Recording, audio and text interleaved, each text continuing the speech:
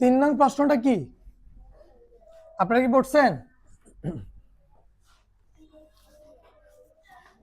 কলমটা কি করলাম, এই যে প্রশ্নটা হচ্ছে কি, নিচের সংখ্যাগুলো দ্বারা নির্দেশিত সংখ্যা দিয়ে নিঃশেষ বিভাজ্য কিনা। প্রথমে ক নঙ্গে কতগুলো সংখ্যা দেওয়া আছে না? যেমন এর মধ্যে প্রথম সংখ্যাটা হচ্ছে কত, 545। এই সংখ্যাটা 3 দ্বারা নিঃশেষে বিভাজ্য কিনা। নিঃশেষে বিভাজ্য মানে বুঝেন, অর্থাৎ এই সংখ্যাটাকে 3 দ্বারা ভাগ দিলে ভাগশেষ 0 হবে। ভাগশেষ কত হবে? 0। এখন আপনারা কি এটা করতে পারবেন? এটা কিভাবে করে বলেন তো?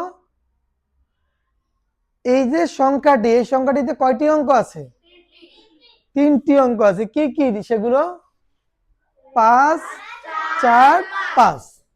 এখন কোন বড় বড় সংখ্যা আছে না আরো, এই সংখ্যাগুলো 3 দ্বারা বিভাজ্য কিনা, মানে 3 দ্বারা ভাগ যাবে কিনা, এটাকে আমরা কিভাবে বুঝবো? আমরা এই অঙ্কগুলো যোগ করে ফেলবো। ওই যোগফল যদি 3 দ্বারা ভাগ যায় তাহলে সংখ্যাটি 3 দ্বারা বিভাজ্য। তুমি লেখো যে সংখ্যাটির অঙ্কগুলোর যোগফল, সংখ্যাটির অঙ্কগুলোর যোগফল। যোগফল আরেকটা নাম কি জানেন? সমষ্টি। কেমন? যোগফল বা সমষ্টি লেখা যাবে। এই যোগ করো, 5 যোগ 4 যোগ কত? 5। তাহলে কত হয়? 14। এই 14 কি 3 দ্বারা বিভাজ্য? 14 বলতে 3 দ্বারা বিভাজ্য, যা 3 দ্বারা কি নয়? বিভাজ্য, যা 3 দ্বারা বিভাজ্য নয়। সুতরাং 545 সংখ্যাটি 3 দ্বারা কি নয়? বিভাজ্য নয়। এটা আবার বুঝে দিব, শুনেন। অর্থাৎ এই সংখ্যাটির যে অঙ্কগুলো, এগুলো যোগ করলে কত? 14। 14 কি 3 দ্বারা ভাগ যায়? 14 3 দ্বারা ভাগ যায় না। তার মানে এই সংখ্যাটি কি নয়? 14 যদি 3 দ্বারা বিভাজ্য নয়, তার মানে পুরো সংখ্যাটি 3 দ্বারা বিভাজ্য নয়। মনে থাকবে সবার? লিখতে পারবেন? যে লেখেন তো এটা।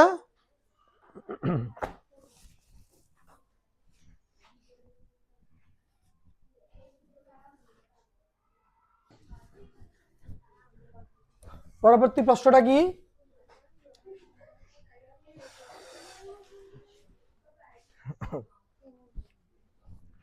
6 7 7 4। এখানে অঙ্কগুলো যোগফল কত? সংখ্যাটিতে অঙ্কগুলো যোগফল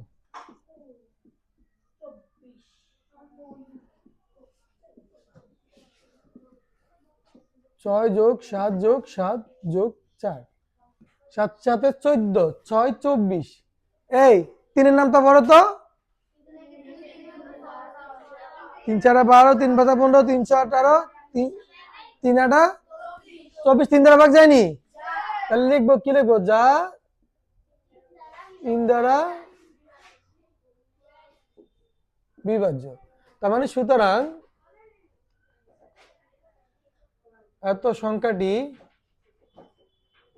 কি 3 দ্বারা কি? 3 দ্বারা। তাহলে করতে পারবো এটি? জি, লেখেন।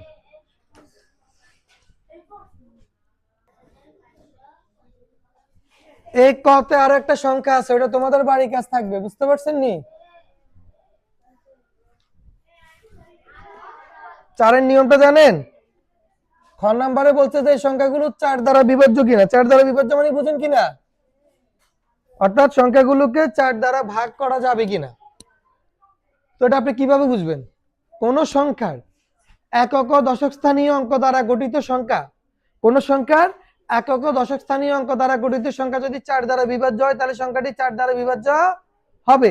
এখন এই সংখ্যাটার একক স্থানীয় অঙ্ক কত? 2। দশক স্থানীয় অঙ্ক, তাহলে একক আর দশক স্থানীয় অঙ্ক দ্বারা গঠিত সংখ্যা কত? 42। 42 কি 4 দ্বারা বিভাজ্য? 42 4 দ্বারা ভাগ যায় না। 4 10 40, 4 11 44। তার মানে 42 ভাগ যায় না। তার মানে এই সংখ্যাটা কি নয়? 4 দ্বারা বিভাজ্য নয়। তার মানে কি সংখ্যাটির একক ও দশক স্থানীয় সংখ্যাটির একক ও দশম স্থানীয় অঙ্ক দ্বারা গঠিত সংখ্যা, একক ও দশম স্থানীয় অঙ্ক দ্বারা গঠিত সংখ্যা কত? 42। যা কি নয়? যা সাইড দ্বারা বিভাজ্য, যা সাইড দ্বারা বিভাজ্য নয়। তার মানে কি? সুতরাং সংখ্যাটি কি নয়? সাইড দ্বারা বিভাজ্য নয়। অর্থাৎ এই একক ও দশম স্থানীয় অঙ্ক দ্বারা গঠিত সংখ্যাটি সাইড দ্বারা বিভাজ্য নয়, তাহলে সংখ্যাটি চার দ্বারা কি নয়? বিভাজ্য না। আরেকটা সংখ্যা আছে, ওটা দেখি আমরা। তাহলে এখানে দেখেন সংখ্যাটির একক ও দশক স্থানীয়, এই লেখাগুলো মনে রাখবা। দশক স্থানীয় অঙ্ক দ্বারা, একক ও দশক স্থানীয় অঙ্ক দ্বারা গঠিত সংখ্যা, গঠিত কত বলেন তো? 84। যা কি 84 চার দ্বারা কিন্তু বিভাজ্য, বুঝতে পারছেন? যা চার দ্বারা বিভাজ্য। সুতরাং সংখ্যাটি কি? সুতরাং সংখ্যাটি চার দ্বারা বিভাজ্য। সুতরাং সংখ্যাটি চার দ্বারা কি? তাহলে কোন সংখ্যাটি 3 দ্বারা বিভাজ্য, কোন সংখ্যাটি 4 দ্বারা বিভাজ্য, এবার বুঝছেন তো? মনে থাকবে তো, না ভুলে যাবেন? হ্যাঁ, সংখ্যা কোনটি 3 দ্বারা বিভাজ্য, কোনটি 4 দ্বারা বিভাজ্য, এগুলো হচ্ছে এইভাবে লিখতে হবে।